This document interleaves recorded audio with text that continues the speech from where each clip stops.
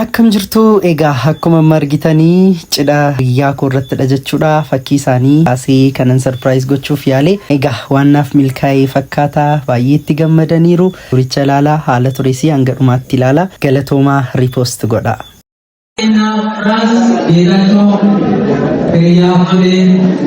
Maatiinya mutaalee baay'inaallu